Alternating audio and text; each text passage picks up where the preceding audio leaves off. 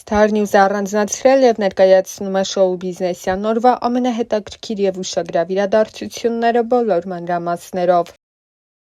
Էվա Խաչատրյանը ծաղկեփնջով նոր լուսանկարներ էր հրապարակել ու գրել «Օ, այս գեղեցիկ ծաղիկները», նա չէր հայտնել, թե ում կողմից է փունջը։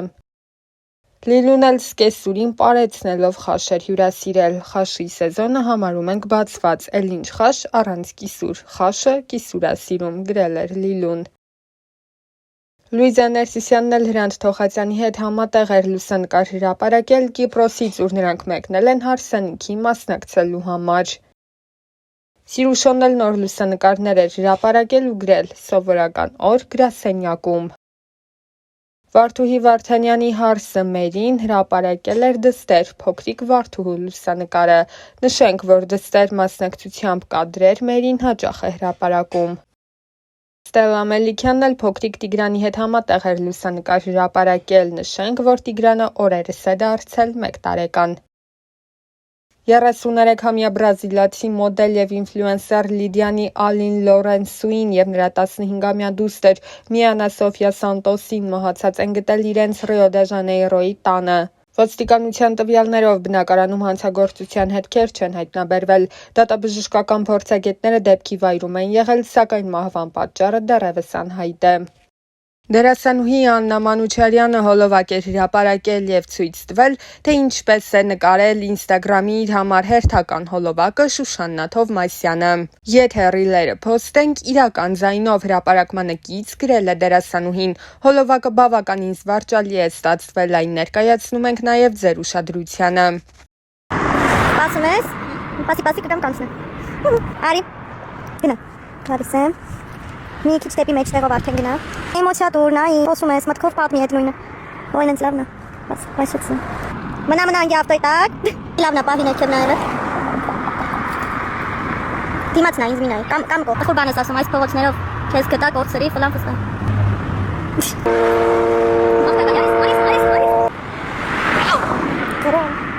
Հələ պատրվի, ոյ շոտ սիրունա։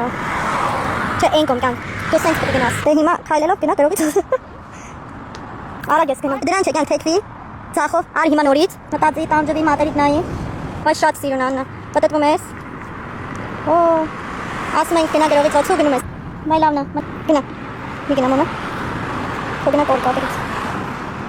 Դերասանուհին խոսել էր նաև Ամերիկայի Միացյալ Նահանգներ տեղափոխվելու պատճառների մասին։ Բարեբախտաբար իմ կյանքում հիմա ամեն բան լավ է։ Նախ անպայման ուզում եմ շեշտել, որ մենք էմիգրանտի կարգավիճակում չենք այստեղ։ Մենք օրինական ենք Ամերիկայի Միացյալ Նահանգներում գտնվում և ժամանակավոր։ Այստեղ մեզ բերել են Մալենայի գործերը, հետաքրքիր առաջարկ ուներ և մենք այստեղ ենք ընթացք տալու համար այդ պայմանագրին։ Ամերիկայի Միացյալ Նահանգներ գալու խոսակցությունը կար օդի մեջ, բայց ես լրջորեն չէի վերաբերվում, նույնիսկ Հայաստանում մեր տան վերանորոգումն էի սկսել և չէի սպասում, որ այսքան արագ կլինի։ Վերանորոգումն ավարտեցինք, տեղափոխվել էինք ու 20 օր դեռ չէր անցել, երբ Մալենան տոմսերը ձեռքին տուն եկավ։ 2 ամիս ես չափազանց ծանր ապրումներ եմ ունեցել, որովհետև շատ երկար ճանապարհ անցնելուց հետո ես համարում էի, որ իմ գրեթե բոլոր երազանքներին հասել եմ։ Ես աշխատում էի իմ ամենասիրելի թատրոնում, գրեթե 15 տարի հանրային ռադիոյում էի, հանրային հեռուստատեսությունում վարում էի հաղորդում,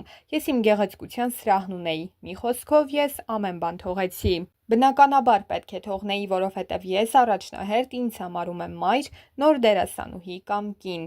Աննան խոսել էր նաև ընտանիքի և ամուսնալուծությունից հետո կյանքի մասին։ Նա նշել էր, որ իր հանդեպ շատ խիստ են եղել ընտանիքում։ Դերասանուհին պատմել էր, որ անգամ երբ ամուսնալուծվել էր և Մալենան կար, իրենց տանը հստակ օրենքներ կային։ Ես ժամը 10-ին պետք է տանը լինեի, լիներ ամառ, թե ձմեռ։ Հայրս փորձում էր նաև Մալենայի հոր բացը լրացնել և նա ուզում էր, որ շրջապատում տեսնեն, որ Մալենան մենակ չէ։ Դրա համար նրան տանում էր դպրոց ու հնարավորության դեպքում վերցնում էր դպրոցից։ Չնայած դպրոցը մեր բակում էր և երևում էր մեր պատուհանից, և եղբայրս և հայրս չափազանց ուշադիր են եղել Մալենայի հանդեպ ու նրան շատ սիրում են։ Մալենան նույնիսկ չի էլ գիտակցել, որ հայր չունի։ Ես շատ էի փորձում խոսել նրա հետ ու ասել, որ ես ամուսնալուծված եմ, բայց չգիտեի թե ինչպես, անգամ հոգեբանի հետ եմ խոսել։ Մի դեպք պատմեմ, երբ նրան դպրոց տարա առաջին անգամ։ Ուսուցիչը հարցրեց բոլորին, ով կասի իր անուն, ազգանուն, հայրանունը։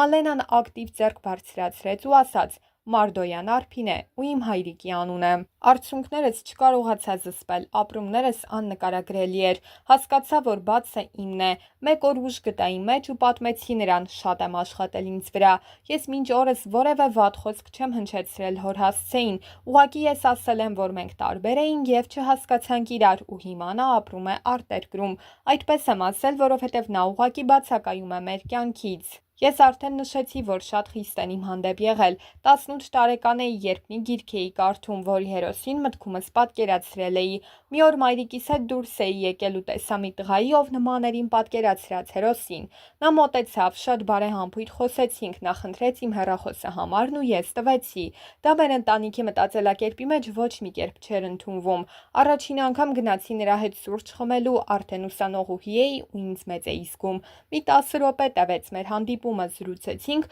ու ինքն ինձ ասաց, երկրորդ անգամ չեմ հանդիպի քեզ հետ, մինչև հորդ հետ չխոսեմ, ու ես մտածեցի, ինչ ազնիվ մարդ է։ Ինքը խոսեց հայրիկիս հետ ու մեր հարաբերությունները մտան օրինական փուլ, բայց ես նրան չէի ճանաչում։ 1.5 ամիս անց նրանք ընտանիքով եկան մեր տուն ծանոթանալու ու հայրս ինձ հարցրեց, ուզում եմ թե ոչ։ Այնքան վստահ էի, որ ճիշտ որոշում եմ կայացնում ու դա միայն իմ չիմանալուց էր։ Ամուսնությունից 1 շաբաթ անց սկսվեցին հալածանքներ, ֆիզիկական, հոգեբանական, անտեղի եւ անհիմն։ Բազմիցս եղել է ֆիզիկական բռնություն, ծեծ, եւ դա հանգեցրել էր իմ առողջական լուրջ խնդիրների։ Հիմա ես բոլոր հոգեբանական ապրումները հաղթահարել եմ եւ այսօր ինձ համար հեշտ է այդ մասին խոսել։ Երբ ամուսնանում էի, մայրս ասաց. «Հարգիր, որ հարգվես, բոլոր ընտանիքներում լինում են վեճեր, հանդուրժող եղիր»։ Ես քանի որ շատ մեծ հարսանիք էի ունեցել եւ մեծ պատասխանատվություն էի զգում ծնողներիս նկատմամբ, հանդուրժում էի ամեն ինչ։ Դա է եղել իմ սխալը։ Եթե ես առաջին բռնության ժամանակ պատմեի հորս,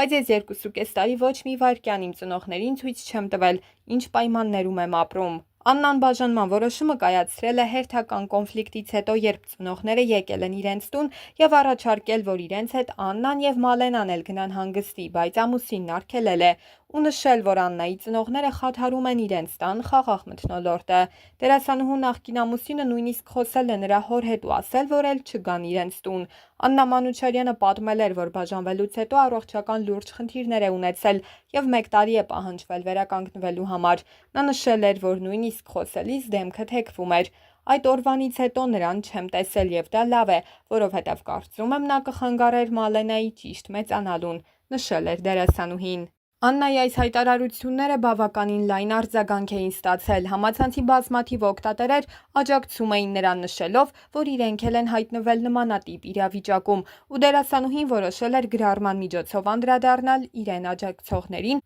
նշելով. «Սիրելիներս, հարյուրավոր նամակներ եմ ստանում կանանցից, ովքեր նույն ճանապարհն են անցնում կամ անցել։ Ոմանք օգնություն են խնդրում, ոմանք ուղղակի կիսվում են։ Մեկ ուրիշի համար օրինակ է այն, որ ես հաղթահարել եմ ու հիմա լրիվ այլ կյանք եմ ապրում։ Էնքան հուզված եմ այս օրերին։ Սիրելի կանայք, թույլ մի տվեք ձեզ նեղացնեն։ Ոչ մեկը իրավունք չունի, ոչ մեկը ձեզնից առավել չէ։ Մի ամաչեք, գոռացեք այդ մասին, մի հանդուրժեք, մի լռեք, մի դիմացեք։ Ի վերջո դուք միայն ձեզ ունեք, իսկ դուք պիտի լինեք առողջ ու փայլեք երջանկությունից, չէ որ մեզ են նայում մեր երեխաները։ Ամուր գրկում եմ բոլորիդ, նշել էր Աննան։ Այն հաճելի պահը, որ ես պայմանավորվածություն ունեմ այգում սպասում եմ եւ չգիտեմ ձեզ մոտ լսում եք թե չէ, բայց դինամիկներից Մալենայի քամի ինչ-որ նոր ռեմիքս է հնչում, շատ հաճելի է։ Այս այստեղից։ Չեմ ձանձրանում էլի, 1000-ից 1 շուտ եմ եկել, հաճելի սպասում եմ այս ցրտին։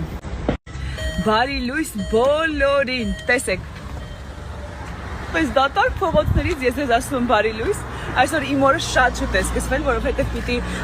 գնանք Ստեփանավան նկարահանումների եւ ես ժամը 7-ին պիտի լինեի նշանակված վայրում, ու որպեսզի հանկարծ չուշանամ, ես ժամը 4-ին եմ արթնացել, ամբողջությամբ պատրաստվել եմ եւ իհարկե ես 5-ից կես արդեն լրիվ պատրաստ եմ ու չգիտեի ինչպես սպանեմ ժամանակը։ Ստիպված նախաճաշել եմ, որ ես առավոտյան չեմ նախաճաշում առհասարակ։ Մի խոսքով այսպես Instagram եմ թերթել ու եկել եմ հիմա հասել եմ այստեղ ու մարդ չկա բնակ եմ։ Բոլորիդ լավ օր եմ աղթում, բարձր տրամադրություն, օրվա ընթացքում դեռ կհանդիպենք։ Բարի օր բոլորին։ Ինչ լավ է չէ, որ անձրևն ավարտվեց եւ հիմա փաստորեն արդեն արև է դուրս գալիս։ Ինձ համար դա շատ կարեւոր է, որովհետեւ իմ տրամադրության վրա անդրադառնում է եղանակը։ Ուրեմն գնում եմ Էթնոգույներ հաղորդաշարի հերթական նկարահանմանը։ Գիտեիք, որ Հայաստանում ազգային փոքրամասնությունների մեջ ներառված են նաեւ չինացիները։ Եվ այսօրվա մեր նկարահանումները հենց նվիրված են չինացիներին։